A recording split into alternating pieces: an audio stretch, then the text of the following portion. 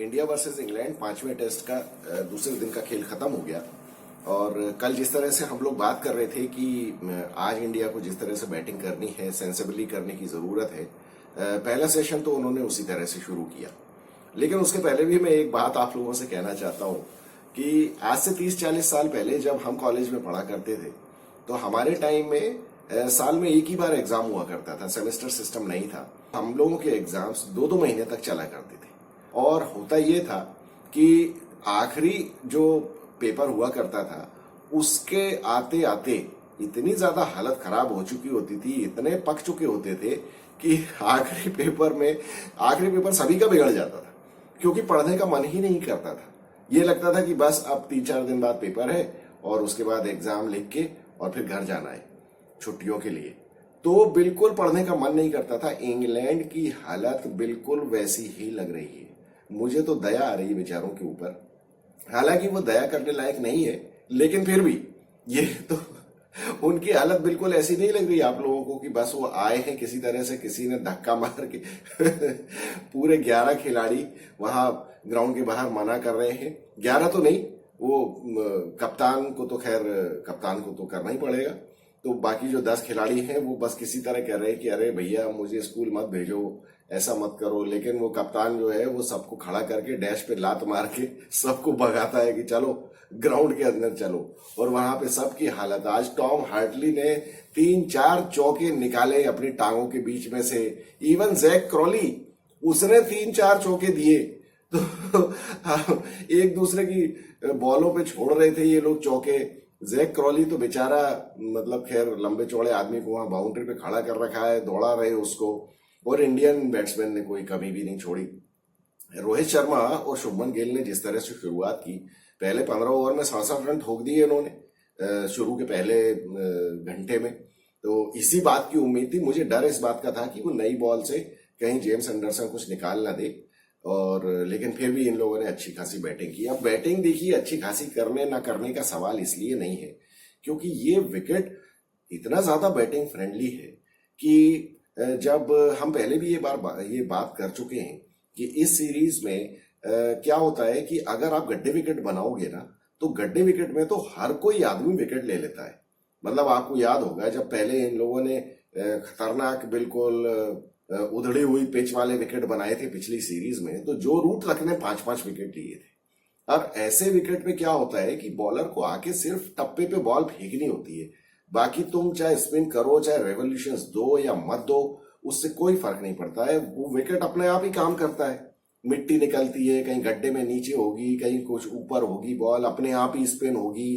तो उस तरह से फिर क्या होता है कि वहां पे बॉलर की स्किल और जो उसका एक्सपीरियंस है वो फिर नलीफाई हो जाता है।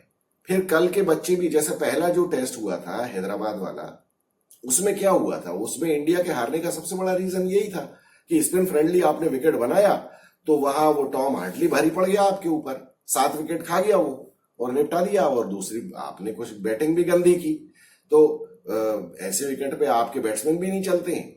अब जब इस तरह के विकेट बाद में इन्होंने थोड़े ढंग के बनाने शुरू किए, तब वहां जो बॉलिंग की स्किल और एक्सपीरियंस का जो गैप था वो साफ नजर आ रहा है। और फिर ऊपर से इंग्लैंड की बल्लेबाजी के बारे में तो हम जितना बोले उतना ही कम है। तो वही हुआ। और शुभमन गिल और रोहित शर्मा, एक्चुअली इन लोगों को तो आज बहुत दुख होगा और दुख होना चाहिए कि इन लोगों ने तो 200-200, 250 रन का स्कोर मिस कर दिया है आज।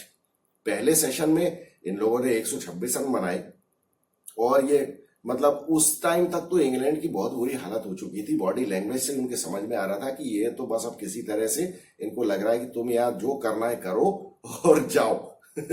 लेकिन फिर भी मैं ये कहूंगा कि बहुत ही इंस्पायर्ड चेंज जो किया बेन स्टोक्स, जो लंच के बाद खुद को लेके आया और क्या गजब की मतलब शुरुआत की है। सीरीज की पहली बॉल फेंकी उसने और रोहित शर्मा के डंडे उड़ा के रख दिए। रोहित शर्मा बेचारा दुखी हो गया बहुत बुरी तरह से। उसके पहले बेन स्टोक्स बहुत दुखी था लंच में। बस मुझे तो ये लग रहा था ऐसा ना हो रोने पीटने ना लगे कहीं। रोहित शर्मा आउट हुआ, उसके लगे हाथ ही शुभमन गिल भी आउट हो गया। हालांकि उसके पहले उसने एंडरसन के एक ओवर में छक्का चौका सब मारा और बहुत ही बेदर्दी से और बेइज्जती करते हुए बदतमीजी से उसने शॉट मारे। एंडरसन ने शायद उसको कोने में ले जाके कुछ बोला भी। अब हालांकि वो पता नहीं क्या बोला।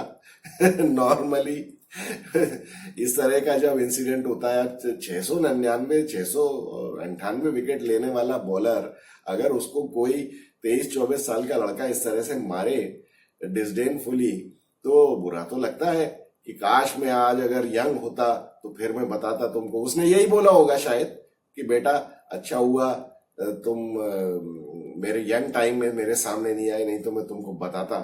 तो खैर उसके बाद उसने बदला ले भी लिया और उसने आउट कर दिया शुभमन गिल को। शुभमन गिल को थोड़ा लेट हो गया, पता नहीं क्या हुआ ऐसा। यही कंसंट्रेशन वाली बात है कि जब आपको इतना अच्छा मौका मिला था, इतना अच्छा विकेट है, तो आपको भरपूर फायदा उठाना था। आज ठोकने थे 200-250 रन गिल को, रोहित शर्मा को, नहीं हो पाया। चलिए खैर, अब उसके बाद सरफराज और पडिक्कल जब खेलने आए तो अब ये देखिए बिल्ली के भाग से छींका टूटने वाली बात है। अब पडिक्कल को किस तरह से मौका मिला हम भी जानते हैं। रजत पाटीदार बाहर हो गया इंजरी की वजह से। पडिक्कल के भी 2 शुरू में एजेस लगे जिनके ऊपर उसको चौके मिल गए।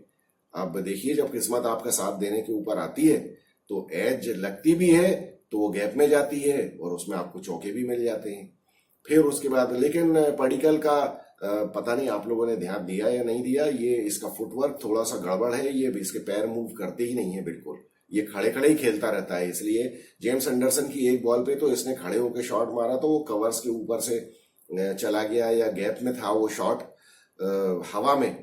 तो अब ऐसे ही होता है कि कभी किस्मत जब आपका साथ नहीं दे रही होती है तो ऐसे शॉट फील्डर के हाथ में चले जाते हैं।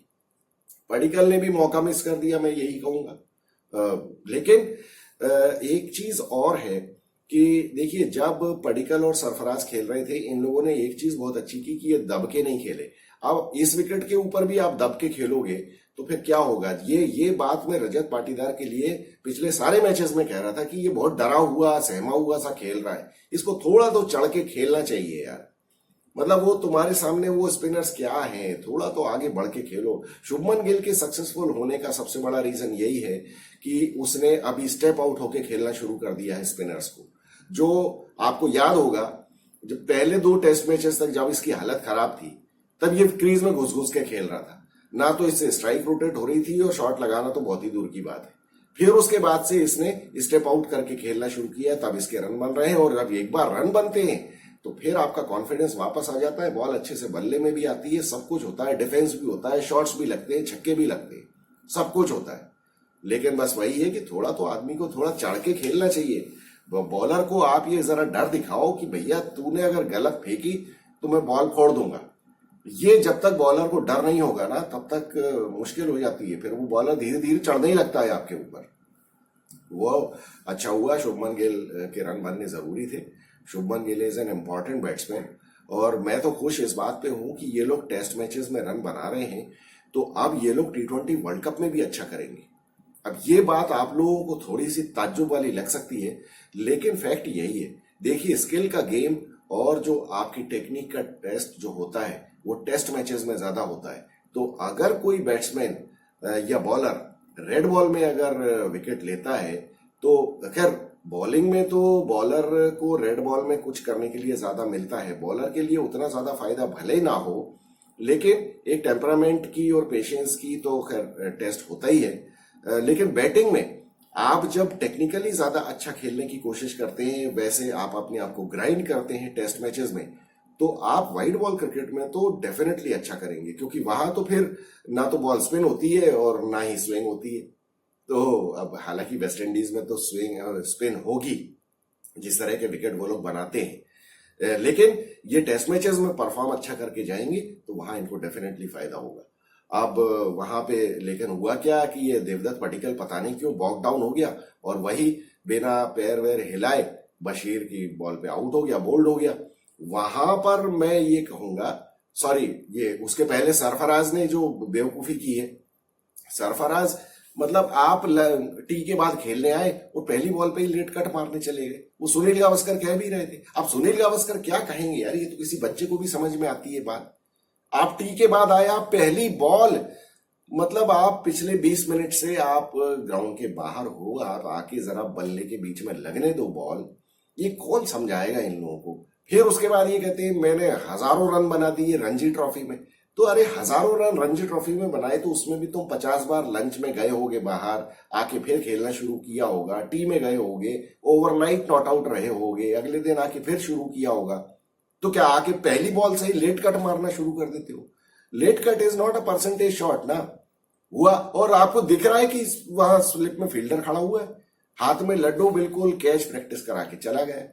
अब हो रहा होगा दुख कि आज जो भी बैट्समैन आउट हुआ है सबको दुख हुआ होगा। जो सेंचुरी बना के आउट हुए उन्होंने डबल सेंचुरी मिस की, जो 50 बना के आउट हुए उन्होंने सेंचुरी मिस कर दी। इनको अब इसमें, जबकि आपके पास कोई टाइम की कमी नहीं है। आज तो सिर्फ दूसरा दिन है। आज दिन के खेल खत्म होने के बाद इंडिया के पास 255 रन की लीड है। कल का दिन पूरा आप बैटिंग करो ना, किसने मना किया था? लेकिन जिस तरह से ये लोग आउट होना शुरू हुए, मुझे तो लग रहा था कि ऐसा नहीं हो कि अभी ये टी के बाद 1 घंटे के अंदर ऑल आउट ही हो जाए। वो तो भला हो जसप्रीत बुमराह का और अपने इसका कुलदीप यादव का, जो इन लोगों ने बचा के रखा। ये तो हम पहले भी डिस्कस कर चुके हैं और देख भी चुके हैं कि कुलदीप यादव ने अपनी बैटिंग काफी इंप्रूव की है। तो उसको भी समझ में आ रहा है कि भैया batting is an advantage as far as additional skill is concern. क्योंकि आप विकेट ठीक है ले रहे हो, लेकिन जब फिर आपके ऊपर भरोसा करने वाली बात अगर आती है तो फिर आपके पॉइंट्स ज्यादा बनते हैं, टीम सिलेक्शन में आपके चांसेस इंप्रूव होते हैं। तो ये तो सारे बैट्समैन, सारे बॉलर्स को ध्यान रखना चाहिए। और ये सिराज को भी सीखने की जरूरत है। और यजुवेंद्र चहल ने तो नहीं सीखा, तो अब वो भुगत रहा है उसके चक्कर में। तो खैर वो बात तो अलग है। बाकी तो जब ये सरफराज आउट हुआ उस टाइम में ये कहूंगा राहुल द्रविड़ और रोहित शर्मा ने एक बहुत बड़ा पॉइंट मिस किया है। सरफराज के आउट होने के बाद इनको जडेजा को नहीं भेजना चाहिए था। एक्चुअली मैं ये कहूंगा कि देवदत्त पडिक्कल के आउट होने का बहुत बड़ा रीजन ये था कि सामने जडेजा बैटिंग कर रहा था। क्यों मैं ये बात कह रहा हूं? क्योंकि जडेजा और पडिक्कल दोनों लेफ्ट हैंडर बैट्समैन हैं। अब यहां पे जो भी बॉलर इंग्लैंड की तरफ से बॉलिंग कर रहा है उसको अपनी लाइन वाइन कोई चेंज करने की जरूरत नहीं है। उसके सामने लेफ्ट हैंडर बैट्समैन ही है, तो दोनों तरफ से उनको तो बस एक ही लाइन मेंटेन करनी थी। अब उस जगह अगर ये जडेजा को रोक के जुरेल को पहले भेज देते तो लेफ्ट एंड राइट का कॉम्बिनेशन होता। पडिक्कल और जुरेल ये लोग ज्यादा परेशान कर सकते थे।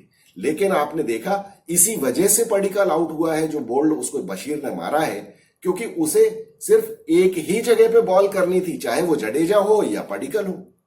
ये लोग छोटी छोटी बातें ये कैसे मिस कर सकते हैं? इसलिए मुझे इन लोगों के ऊपर गुस्सा आने लगता है कि तुम ये सोचते हो कि अगर 200 रन की लीड हो गई है तो इसका मतलब तुम सेफ हो गए। भाई साहब 190 रन की लीड आपके पास हैदराबाद में भी थी, लेकिन उसके बाद लेने के देने पड़ गए थे ना।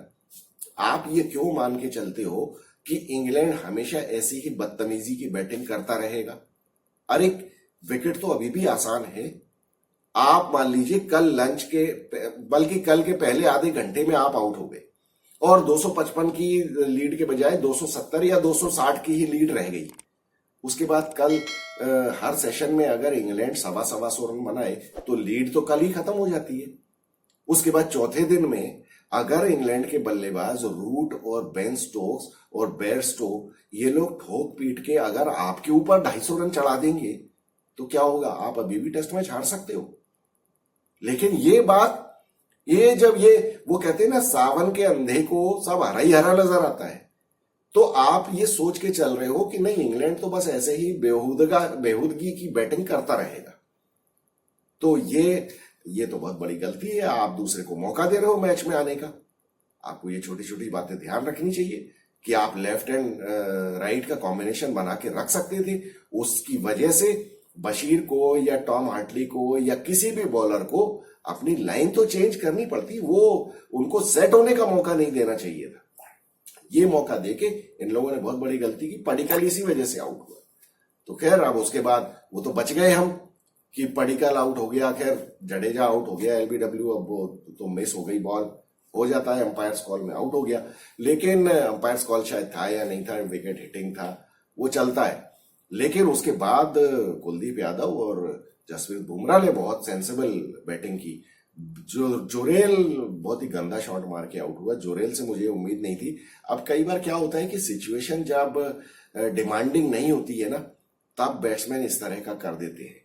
इनको यही बात सीखनी है। जब पिछले टेस्ट मैच में भैया तुम इतनी मुश्किल कंडीशन में मर मर के आखिरी पुछल्ले बैट्समैन के साथ 90 रन बना सकते हो, या दूसरी पारी में शुभमन गिल के साथ तुमने जो 120 रन पे 5 विकेट से तुमने 70 रन जोड़ के और इंडिया को मैच जिताया, तो आज तुम ये क्यों शॉट मार के आउट हुए? ये बहुत बड़ी गड़बड़ है टेम्परामेंट की। ये इन लोगों को इम्प्रूव करना पड़ेगा। अब इसकी वजह से मैं तो जैसे ये कह रहा हूं कि कल अगर इंग्लैंड वाकई सेंसिबली बैटिंग करने लगे तो इंग्लैंड अभी भी मैच में है। मुझे नहीं लगता कि इंग्लैंड पूरी तरह से बाहर हो गया है या हम जीत गए हैं मैच। आप ये क्यों मान के चलते हैं कि इंग्लैंड वैसे ही बैटिंग करेगा जैसे वो करते आ रहे हैं? अरे कोई भरोसा नहीं है। ये सीजन बैट्समैन जो होते हैं ना, कभी ये इज्जत के ऊपर बात ले जाए तो कुछ भी कर सकते हैं। तो यही तो फर्क होता है एक्सपीरियंस बैट्समैन में और नए लड़कों में। तो चलिए, मुझे तो वैसे हालांकि इसकी उम्मीद ज्यादा नहीं है कि इंग्लैंड को सुधारेंगे अपनी अप्रोच को, लेकिन होने को तो कुछ भी हो सकता है ना। तो देखते हैं कल इंडिया कहां तक ले जाती है अपनी लीड को, क्योंकि देखिए अब ये तो पुछल्ले बल्लेबाज जब 9वें-10वें नंबर के बचे होते हैं तो it is a matter of 2 balls. कभी भी वो बॉल्स पड़ सकती है। तो अब हमें ज्यादा उम्मीद तो रखनी नहीं चाहिए, मानना यही चाहिए कि 260 रन की लीड रहेगी। इसके ऊपर जितनी भी हो जाए वो बोनस ही है। बल्कि इसमें से भी अभी जो आखिरी विकेट के लिए, अभी जो करंट विकेट के लिए इन लोगों ने 30-40 रन जोड़े हैं, ये भी मतलब बोनस ही है।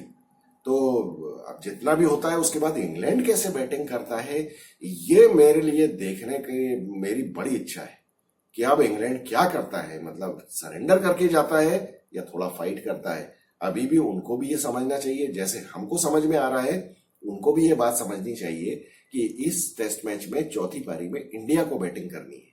अगर ये लोग अपने आप को थोड़ा सा जान लगा के अगर विकेट के ऊपर गड़ा दें तो फिर कुछ भी हो सकता है। अभी तो देखते हैं क्या होता है और मजा आएगा। कल के दिन के खेल के बाद फिर से मिलेंगे हम। I am Vikas Saxena, the biased analyst. Thank you so much.